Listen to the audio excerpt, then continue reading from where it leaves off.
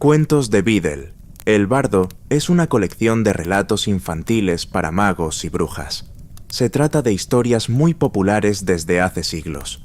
Para muchos alumnos de Hogwarts, el Cazo Saltarín y la Fuente de la Buena Fortuna son tan familiares como La Cenicienta y La Bella Durmiente para los niños muggles, no mágicos. Las historias de Biddle se parecen a nuestros cuentos de hadas en muchos aspectos. Por ejemplo, la virtud a menudo tiene recompensa y la maldad, castigo. Sin embargo, hay una marcada diferencia. En los cuentos de hadas de los muggles, la magia suele ser la causa de los problemas del héroe o la heroína. La bruja malvada ha envenenado la manzana, ha sumido a la princesa en un sueño de 100 años o ha convertido al príncipe en una bestia espantosa. En los cuentos de Biddle, el bardo, en cambio, los héroes y heroínas saben hacer magia, pero aún así les resulta tan difícil como a nosotros resolver sus problemas. Las historias de Biddle han ayudado a muchas generaciones de padres magos a explicar a sus hijos esta dolorosa realidad, que la magia, además de solucionar problemas, también los ocasiona. Otra diferencia destacada entre esas fábulas y sus equivalentes muggles es que, a la hora de buscar la fortuna, las brujas de Biddle son mucho más diligentes que las heroínas de nuestros cuentos de hadas. Asha, Alteda, Amata y Babiti Rabbiti son brujas que se encargan personalmente de perseguir su destino, en lugar de echarse una larga siesta o esperar a que alguien les devuelva el zapato que han perdido. La excepción a esta regla, la doncella sin nombre de El corazón peludo del brujo, observa un comportamiento más parecido al de las princesas de nuestros cuentos infantiles. Pero el relato no concluye con ningún "y comieron perdices". Biddle el bardo vivió en el siglo XV y gran parte de su vida está rodeada de misterio. Sabemos que nació en Yorkshire y el único grabado suyo que se conserva revela que lucía una barba hermosa y abundante. Si sus historias reflejan fielmente sus opiniones, simpatizaba bastante con los muggles, a los que no consideraba malvados, sino solo ignorantes. Desconfiaba de la magia oscura y creía que los peores excesos de la raza mágica provenían de rasgos tan humanos como la crueldad, la apatía o el uso arrogante de sus habilidades.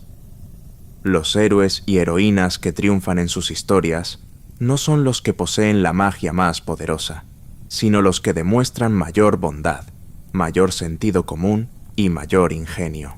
Un mago de nuestro tiempo que tenía unas opiniones muy parecidas a las suyas era, por supuesto, el profesor Albus Percival Wulfric Brian Dumbledore, Orden de Merlín, primera clase, director del Colegio Hogwarts de Magia y Hechicería, jefe supremo de la Confederación Internacional de Magos y jefe de magos del Wizengamot.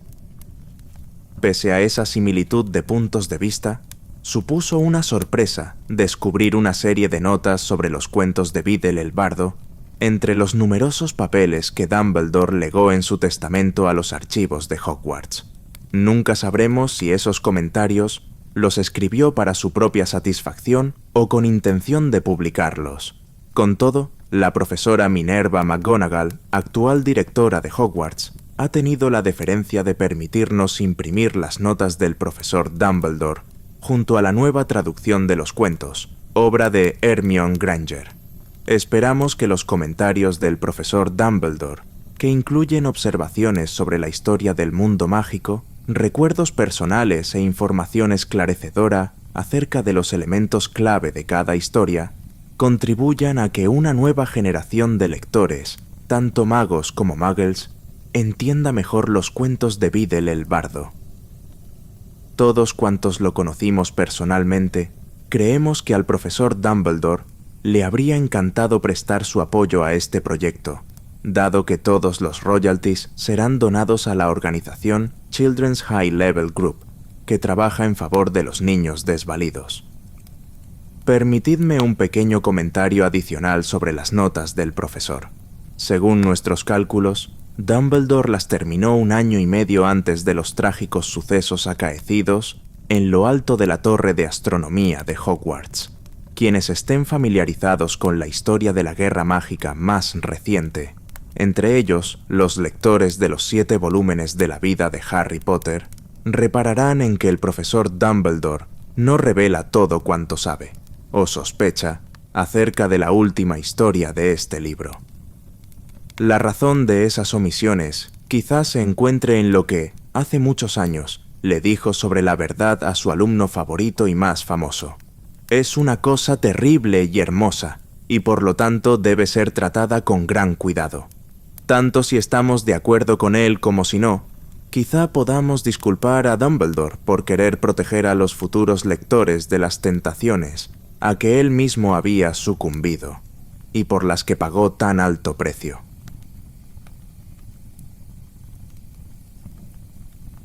El mago y el cazo saltarín. Había una vez un anciano y bondadoso mago que empleaba la magia con generosidad y sabiduría en beneficio de sus vecinos. Como no quería revelar la verdadera fuente de su poder, fingía que sus pociones, encantamientos y antídotos salían ya preparados del pequeño caldero que él llamaba su cazo de la suerte. Llegaba gente desde muy lejos para exponerle sus problemas, y el mago nunca tenía inconveniente en remover un poco su cazo y arreglar las cosas.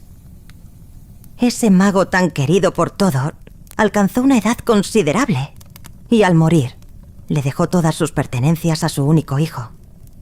Este no tenía el mismo carácter que su magnánimo progenitor. En su opinión, quienes no podían emplear la magia eran seres despreciables, y muchas veces había discutido con su padre por la costumbre de este de proporcionar ayuda mágica a sus vecinos. Tras la muerte del padre, el hijo encontró un paquetito con su nombre y escondido en el viejo cazo. Lo abrió con la esperanza de encontrar oro, pero lo que encontró fue una blanda zapatilla de suela gruesa, demasiado pequeña para él. Dentro de esa única zapatilla había un trozo de pergamino con este mensaje: con la sincera esperanza, hijo mío, de que nunca la necesites. El hijo maldijo la debilitada mente de su anciano padre. Luego metió la zapatilla en el caldero y decidió que, a partir de ese momento, lo utilizaría como cubo de basura. Esa misma noche, una campesina llamó a la puerta. «A mi nieta le han salido unas verrugas, señor», dijo la mujer. Su padre preparaba una cataplasma especial en ese viejo cazo. «¡Largo de aquí!», gritó él. «Me importan un rábano las verrugas de tu nieta». Y le cerró la puerta en las narices. Al instante se oyeron unos fuertes ruidos metálicos provenientes de la cocina. El mago encendió su varita mágica, se dirigió hacia allí, abrió la puerta y se llevó una gran sorpresa. Al viejo cazo de su padre le había salido un solo pie de latón, y daba saltos en medio de la habitación, produciendo un ruido espantoso al chocar con las páginas 10 losas del suelo. El mago se le acercó atónito, pero retrocedió precipitadamente al ver que la superficie del cazo se había cubierto de verrugas. «¡Repugnante cacharro!», gritó, e intentó lanzarle un hechizo desvanecedor. Luego trató de limpiarlo mediante magia y, por último, obligarlo a salir de la casa. Sin embargo, ninguno de sus hechizos funcionó, y el mago no pudo impedir que el cazo saliera de la cocina dando saltos tras él, ni que lo siguiera hasta su dormitorio, golpeteando y cencerreando por la escalera de madera. No consiguió dormir en toda la noche por culpa del ruido que hacía el viejo y verrugoso cazo, que permaneció junto a su cama. A la mañana siguiente, el cazo se empeñó en saltar tras él hasta la mesa del desayuno. «¡Cataplum! ¡Cataplum! ¡Cataplum!». No paraba de brincar con su pie de latón, y el mago ni siquiera había empezado a comerse las gachas de avena cuando volvieron a llamar a la puerta. En el umbral había un anciano. «Se trata de mi vieja burra, señor», explicó. «¿Se ha perdido o me la han robado?». Y como sin ella no puedo llevar mis mercancías al mercado, esta noche mi familia pasará hambre. Pues yo tengo hambre ahora, bramó el mago, y le cerró la puerta en las narices. Cataplum, cataplum, cataplum. El acazo seguía dando saltos con su único pie de latón, pero a los ruidos metálicos se añadieron rebuznos de burro y gemidos humanos de hambre que salían de sus profundidades. ¡Silencio! ¡Silencio!, chillaba el mago, pero ni con todos sus poderes mágicos consiguió hacer callar al verrugoso cazo, que se pasó todo el día brincando tras él, rebuznando, gimiendo y cencerreando, fuera a donde fuese e hiciera lo que hiciese su dueño. Esa noche llamaron a la puerta por tercera vez. Era una joven que sollozaba como si fuera a partírsele el corazón. «Mi hijo está gravemente enfermo», declaró. «¿Podría usted ayudarnos? Su padre me dijo que viniera si tenía algún problema». Pero el mago le cerró la puerta en las narices. Entonces, el cazo torturador se llenó hasta el borde de agua salada y empezó a derramar lágrimas por toda la casa mientras saltaba, rebuznaba, gemía y le salían más verrugas. Aunque el resto de la semana ningún otro vecino fue a pedir ayudas a la casa del mago, el cazo lo mantuvo informado de las numerosas dolencias de los aldeanos. Pasados unos días, ya no solo rebuznaba, gemía, lagrimeaba, saltaba y le salían verrugas, sino que también se atragantaba y tenía arcadas, lloraba como un bebé, aullaba como un perro y vomitaba queso enmohecido, leche agria y una plaga de babosas hambrientas. El mago no podía dormir ni comer con el cazo a su lado, pero éste se negaba a separarse, y él no podía hacerlo callar ni obligarlo a estarse quieto. Llegó un momento en que el mago ya no pudo soportarlo más. «Traedme todos vuestros problemas, todas vuestras tribulaciones y todos vuestros males», gritó, y salió corriendo de la casa en plena noche, con el cazo saltando tras él por el camino que conducía al pueblo. «Venid, dejad que os cure, os alivie y os consuele. Tengo el cazo de mi padre y solucionaré todos vuestros problemas». Y así, perseguido por el repugnante cazo, recorrió la calle principal de punta a punta, lanzando hechizos en todas direcciones. En una casa, las verrugas de la niña desaparecieron mientras ella dormía. La burra, que se había perdido en un lejano brezal, apareció mediante un encantamiento convocador y se posó suavemente en su establo. El bebé enfermo se empapó de díctamo y despertó curado y con buen color. El mago hizo cuanto pudo en cada una de las casas donde alguien padecía alguna dolencia o aflicción, y poco a poco el cazo, que no se había separado de él ni un solo momento, dejó de gemir y tener arcadas, y limpio y reluciente, se quedó quieto por fin. «¿Y ahora qué, cazo?», preguntó el mago, tembloroso, cuando empezaba a despuntar el sol. El cazo escupió la zapatilla que el mago le había metido dentro y dejó que se la pusiera en el pie de latón. Luego se encaminaron hacia la casa del mago, y el cazo ya no hacía ruido al andar. Pero, a partir de ese día, el mago ayudó a los vecinos como había hecho su padre, por temor a que el cazo se quitara la zapatilla y empezase a saltar otra vez. Notas de Albus Dumbledore sobre El mago y el cazo saltarín. Un anciano y bondadoso mago decide darle una lección a su despiadado hijo, haciéndole probar las miserias humanas de su vecindario.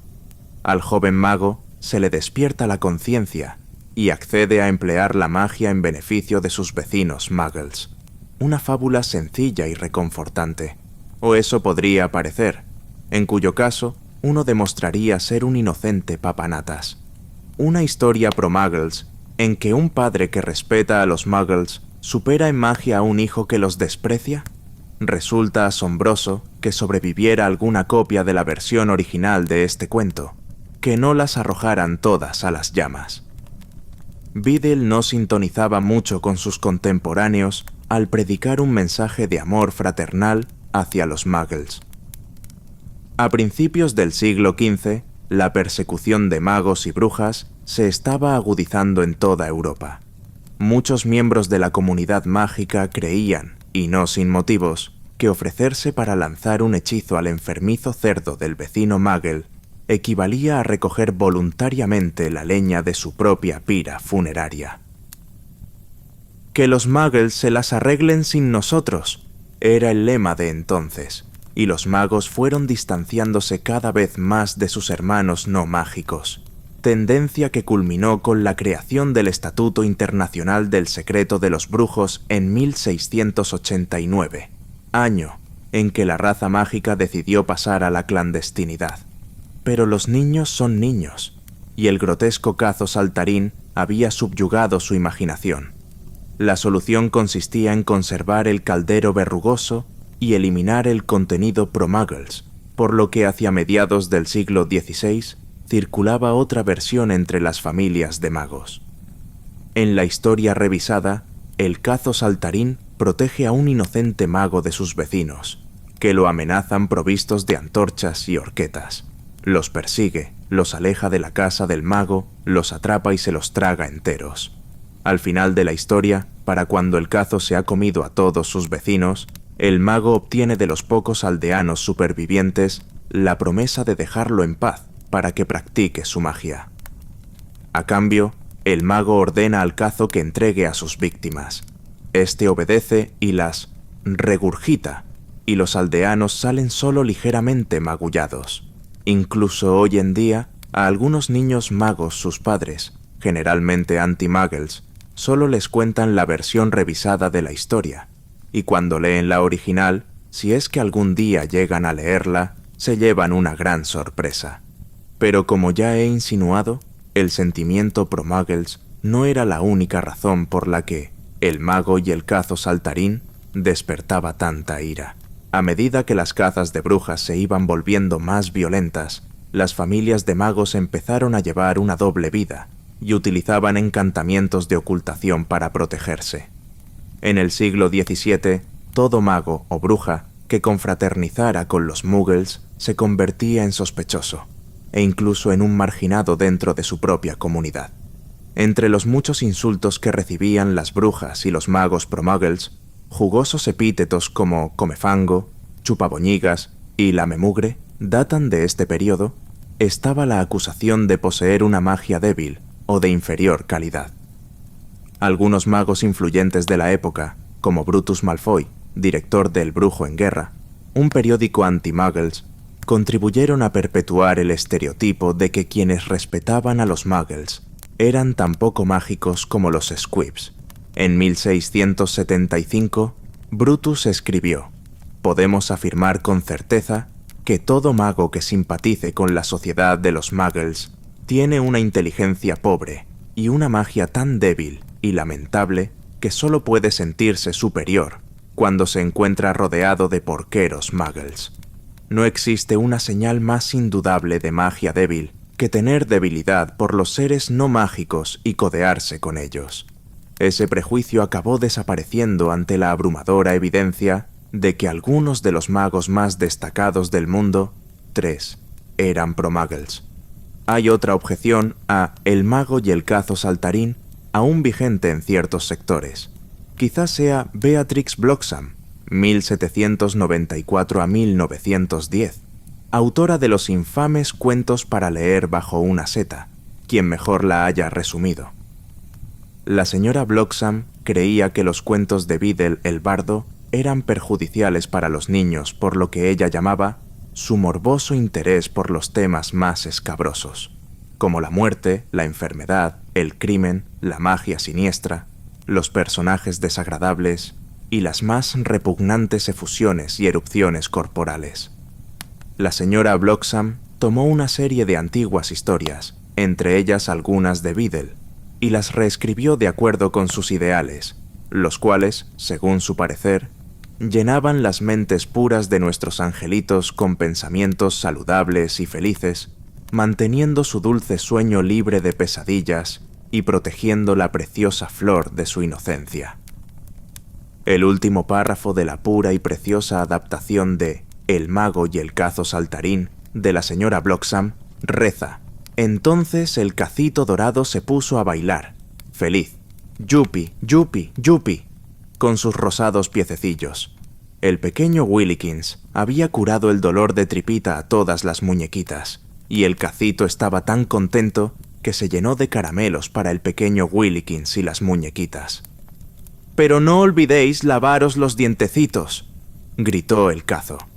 Y el pequeño Willikins cubrió de besos al cazo saltarín y le prometió que siempre ayudaría a las muñequitas y que nunca volvería a ser tan gruñón. Desde hace varias generaciones, los niños magos siempre reaccionan igual cuando leen el cuento de la señora Bloxham.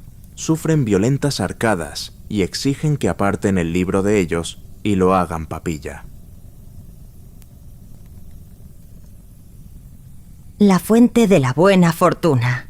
En lo alto de una colina que se alzaba en un jardín encantado, rodeado por altos muros y protegido por poderosos hechizos, manaba la fuente de la buena fortuna. El día más largo del año, durante las horas comprendidas entre el amanecer y el ocaso, se permitía que un solo desdichado intentara llegar hasta la fuente, bañarse en sus aguas y gozar de buena fortuna por siempre jamás. El día señalado, antes del alba, centenares de personas venidas de todos los rincones del reino se congregaron ante los muros del jardín. Hombres y mujeres, ricos y pobres, jóvenes y ancianos, con poderes mágicos y sin ellos, se reunieron allí de madrugada, todos confiados en ser el afortunado que lograra entrar en el jardín. 3 brujas, cada una con su carga de aflicción, se encontraron entre la multitud y se contaron sus penas mientras aguardaban el amanecer. La primera, que se llamaba Asha, padecía una enfermedad que ningún sanador había logrado curar. Confiaba en que la fuente remediara su dolencia y le concediera una vida larga y feliz. A la segunda, Alteda, un hechicero perverso le había robado la casa, el oro y la varita mágica. Confiaba en que la fuente reparara su impotencia y su pobreza. La tercera, Amata, había sido abandonada por un joven del que estaba muy enamorada y creía que su corazón nunca se repondría. Confiaba en que la fuente aliviara su dolor y su añoranza. Tras compadecerse unas de otras por sus respectivos padecimientos, las 3 mujeres decidieron que, si se presentaba la oportunidad, unirían sus esfuerzos y tratarían de llegar juntas a la fuente. Cuando los primeros rayos de sol desgarraron el cielo, se abrió una grieta en el muro. La multitud se abalanzó hacia allí. Todos reivindicaban a gritos su derecho a recibir la bendición de la fuente. Unas enredaderas que crecían en el jardín, al otro lado del muro, serpentearon entre la muchedumbre y se enroscaron alrededor de la primera bruja, Asha. Esta agarró por la muñeca a la segunda bruja, Alteda, quien a su vez se aferró a la túnica de la tercera, Amata. Y Amata se enganchó en la armadura de un caballero de semblante triste que estaba allí montado en un flaco rocín. La enredadera tiró de las 3 brujas y las hizo pasar por la grieta del muro, y el caballero cayó de su montura y se vio arrastrado también. Los furiosos gritos de la defraudada muchedumbre inundaron la mañana, pero al cerrarse la grieta todos guardaron silencio. Asha y Alteda se enfadaron con Amata, porque sin querer había tal y arrastrado a corsa aquel caballero.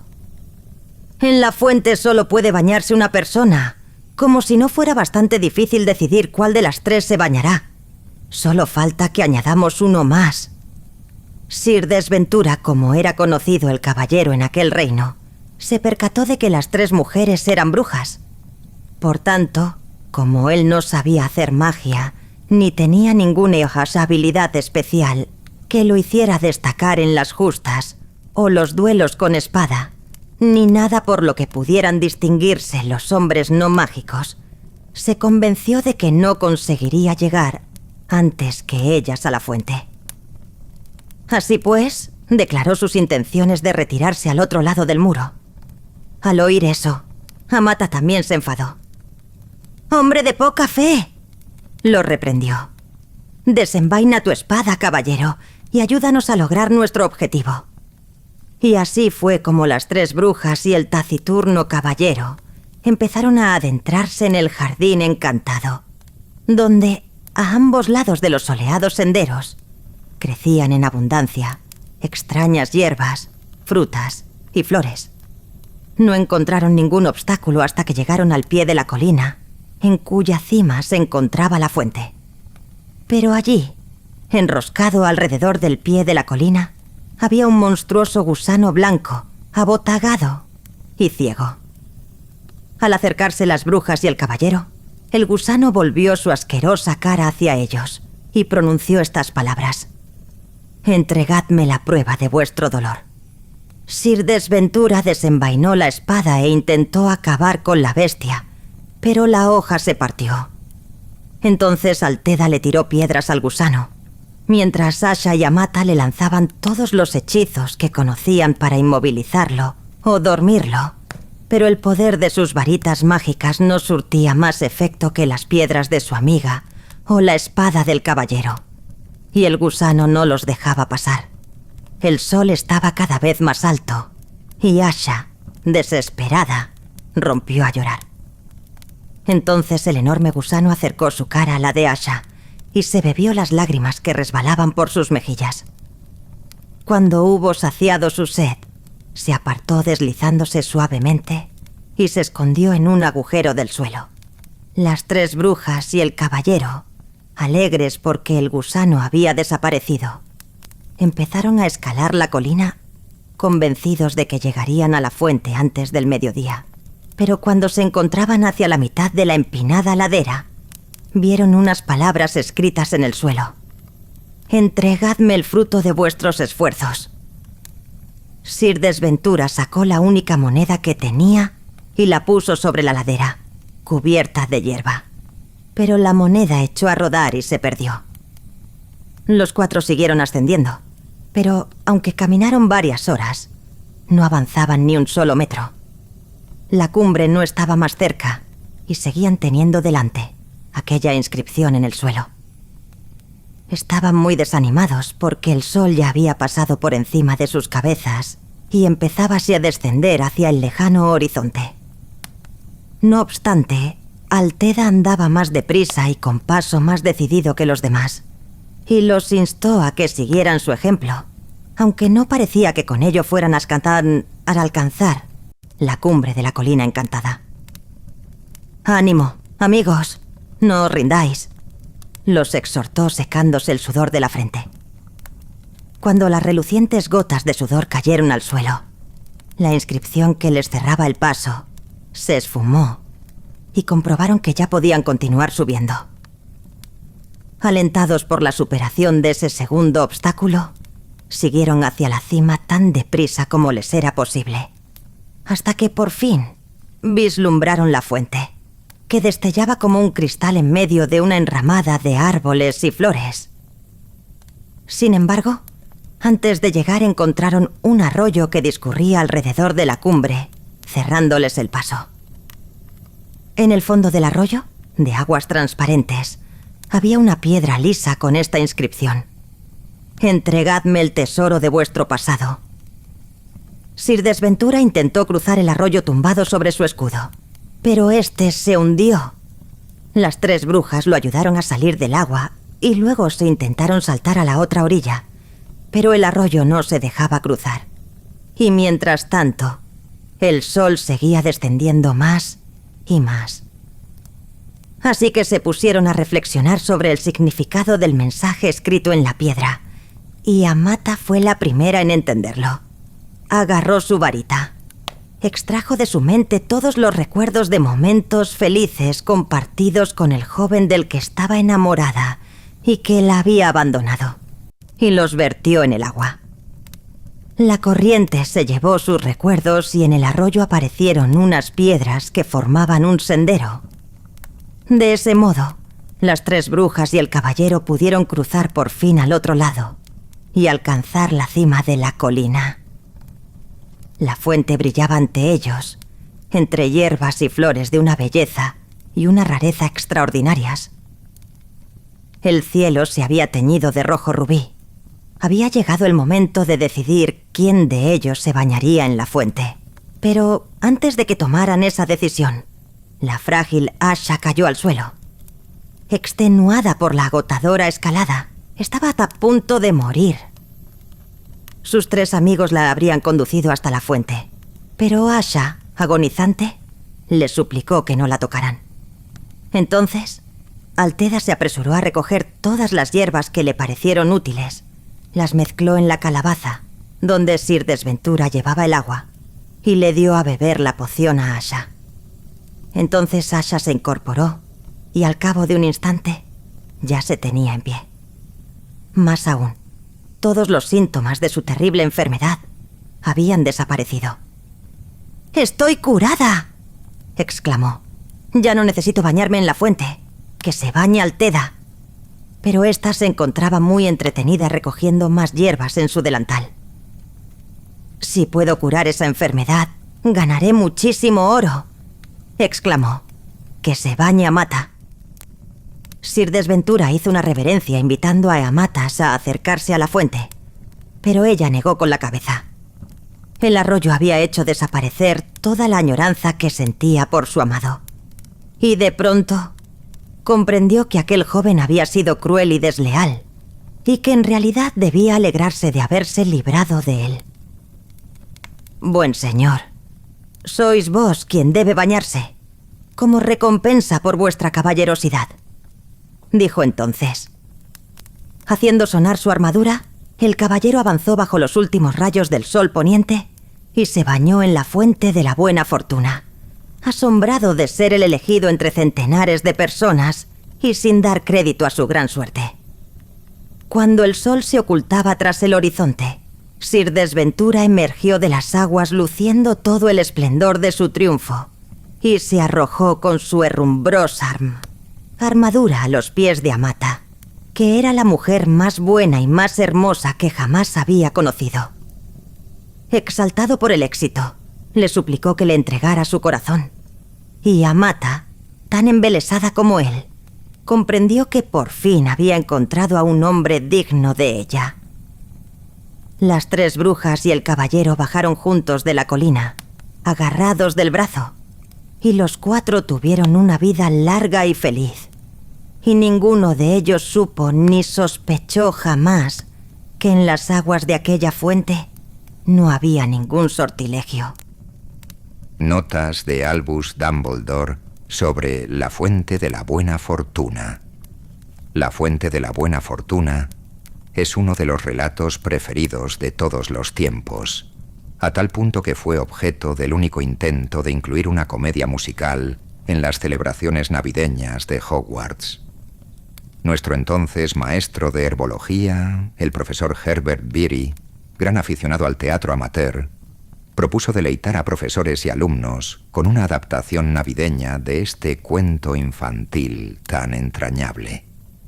En aquella época yo era un joven maestro de transformaciones, y Herbert me encargó los efectos especiales, que incluían una fuente de la buena fortuna de la que emanaría agua de verdad, y una herbosa colina en miniatura por la que parecería que caminaran nuestros 4 héroes, y que iría hundiéndose lentamente en el escenario hasta perderse de vista. Creo poder afirmar sin pecar de vanidoso que tanto mi fuente como mi colina desempeñaron dignamente el papel asignado. Es una lástima que no se pudiera decir lo mismo del resto del elenco, dejando aparte, de momento, las trastadas del gigantesco gusano que nos proporcionó el profesor Sylvanus Kettleburn, maestro de cuidado de criaturas mágicas. El elemento humano resultó desastroso para la obra. El profesor Beery, que dirigía la función, había cometido el error de ignorar los enredos emocionales que se desarrollaban ante sus propias narices. No sabía que los alumnos que interpretaban a Amata y el caballero habían sido novios hasta una hora antes de alzarse el telón, momento en el cual Sir Desventura decidió declararle su afecto a Oasha. Basta con decir que nuestros buscadores de buena fortuna nunca alcanzaron la cumbre de la colina. Nada más alzarse el telón, el gusano del profesor Kettleburn, que resultó ser una Ashwinder a la que habían hecho un encantamiento aumentador, explotó con una lluvia de chispas y polvo y llenó el gran comedor de humo y fragmentos del escenario. Mientras los enormes y abrasadores huevos que la Ashwinder había puesto al pie de mi colina prendían fuego a las tablas del suelo, Amata y Asha se volvieron una contra la otra y empezaron a batirse en duelo, con tal fiereza que el profesor Biri quedó atrapado en el fuego cruzado, y los maestros tuvieron que evacuar el gran comedor, pues el incendio declarado en el escenario amenazaba con extenderse y envolverlo todo en llamas. El espectáculo de esa noche terminó con una enfermería atestada de gente. Pasaron meses hasta que el gran comedor dejó de oler a humo, pero la cabeza del profesor Biri tardó aún más en recuperar sus proporciones normales, y al profesor Kettleburn lo relevaron del período de prueba. El director Armando Dippet prohibió cualquier tipo de comedia musical navideña, y hasta hoy Hogwarts siempre ha mantenido esa prohibición, que se ha convertido en toda una tradición. Pese a nuestro fracaso teatral, probablemente La fuente de la buena fortuna sea el cuento de Biddle más famoso, si bien tiene sus detractores, al igual que El mago y el cazo saltarín. Más de un padre ha exigido que se retire ese cuento en particular de la biblioteca de Hogwarts, entre ellos, qué coincidencia, un descendiente de Brutus Malfoy y en su día miembro del Consejo Escolar de Hogwarts, el señor Lucius Malfoy. Este me propuso la proscripción de la historia en una misiva que rezaba: toda obra de ficción o de no ficción que mencione el cruce entre magos y muggles debería ser retirada de las estanterías de Hogwarts. No quiero que mi hijo reciba influencias que puedan llevarlo a mancillar la pureza de su linaje, y por ese motivo impediré que lea historias que fomenten los matrimonios entre magos y muggles. Mi negativa a retirar el libro de la biblioteca fue respaldada por la mayoría del consejo escolar. Escribí al señor Malfoy explicándole los motivos de mi decisión. Las llamadas familias de sangre limpia mantienen su presunta pureza repudiando, desterrando o mintiendo acerca de los muggles y los hijos de muggles que aparecen en sus árboles genealógicos, y después pretenden endilgarnos su hipocresía a los demás, pidiéndonos que proscribamos obras que tratan de las verdades que ellos niegan. No existe un solo mago ni una sola bruja cuya sangre no esté mezclada con la de los muggles, y por tanto, considero ilógico e inmoral retirar del acervo de conocimiento de nuestros alumnos obras que versan sobre ese asunto. Este intercambio marcó el inicio de la larga campaña del señor Malfoy para que me apartaran del cargo de director de Hogwarts, y el de la mía para apartarlo a él de su posición de mortífago favorito de Lord Voldemort.